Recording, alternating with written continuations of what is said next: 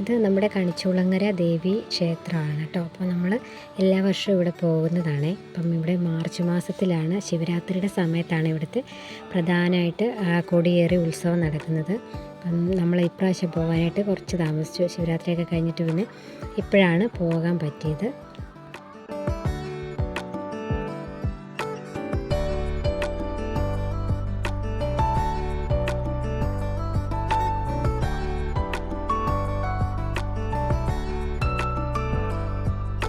സാധാരണ അമ്പലങ്ങളിലൊക്കെ നടക്കുന്ന പൊങ്കാല പോലെയുള്ള ഇവിടുത്തെ നേർച്ച ഈ പുഴുക്ക് നേർച്ച എന്നാണ് പറയുന്നത്. നമ്മളിങ്ങനെ ഉരുട്ടി പൊങ്കാല പോലെ ഇടുന്നത്, അതാണ് ഇവിടുത്തെ പ്രധാന വഴിപാട്. അപ്പം നമ്മൾ ഇച്ചിരി താമസിച്ചാണ് ഇപ്രാവശ്യം ചെയ്യുന്നത്. അപ്പോൾ വെയിലൊക്കെ ആയി തുടങ്ങി, മണലൊക്കെ ഇങ്ങനെ പഞ്ചസാര മണൽ പോലെ കിടക്കുന്നതുകൊണ്ട് നന്നായിട്ട് ചൂടാവും. അപ്പം ഞങ്ങളെല്ലാ പ്രാവശ്യവും രാവിലെ അങ്ങ് പോകും, വെയിലിന് മുന്നേ പോകുന്നതാണ്. ഇപ്പം ഇപ്രാവശ്യം കുറച്ച് താമസിച്ചു പോയി, വെയിലായി തുടങ്ങി ഞങ്ങൾ ചെന്നപ്പോഴത്തേനും.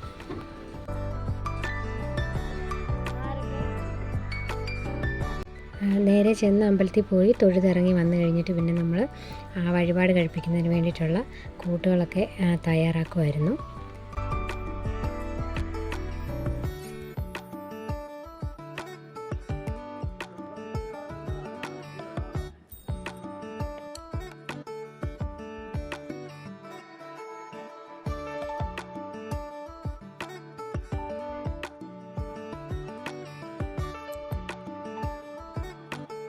അവിടെ വഴിപാടിന് വേണ്ടിയിട്ടുള്ള എല്ലാ സാധനങ്ങളും നമുക്കവിടെ തന്നെ കടകളിൽ നിന്ന് കിട്ടും. നമ്മൾ ചിലപ്പോൾ ഇവിടുന്ന് കൊണ്ടുപോകും വീട്ടിൽ നിന്ന്, അതല്ലെങ്കിൽ അവിടുന്ന് വാങ്ങും. നമുക്ക് കത്തിക്കാനായിട്ടുള്ള കൊതുമ്പും ചൂട്ടും അങ്ങനെ എല്ലാ സാധനങ്ങളും, പാത്രങ്ങളാണെങ്കിലും എല്ലാം അവിടുന്ന് തന്നെ കിട്ടും. അങ്ങനെ ഞങ്ങൾ പിന്നെ പാത്രം അവിടെ പോയി വാങ്ങിച്ചു. എന്നിട്ട് പിന്നെ വേഗം തന്നെ എല്ലാം ചെയ്തു. വെയിലായി തുടങ്ങിയത് കൊണ്ട് പെട്ടെന്ന് തന്നെ എല്ലാം ചെയ്തു.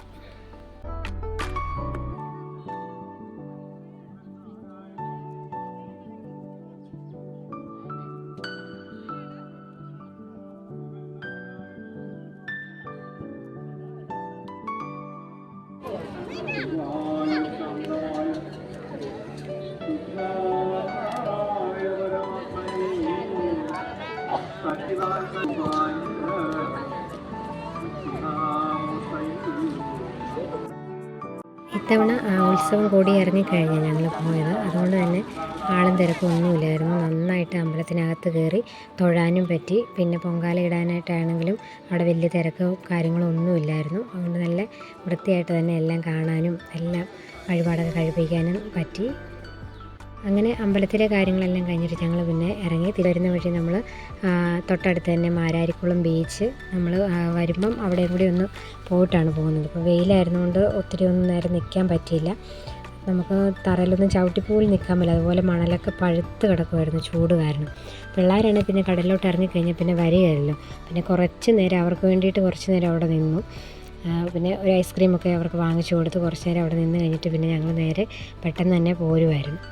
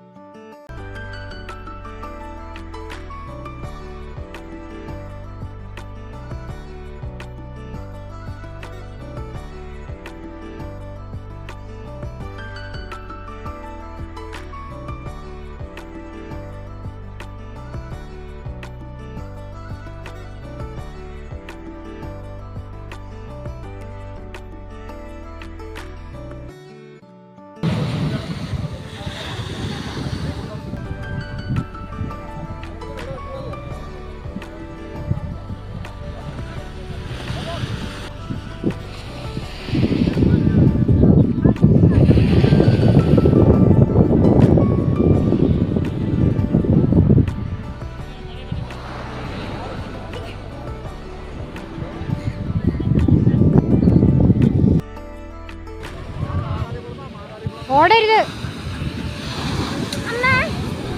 നീ ഓടാതെ പട്ടിയെ കാണുമ്പോൾ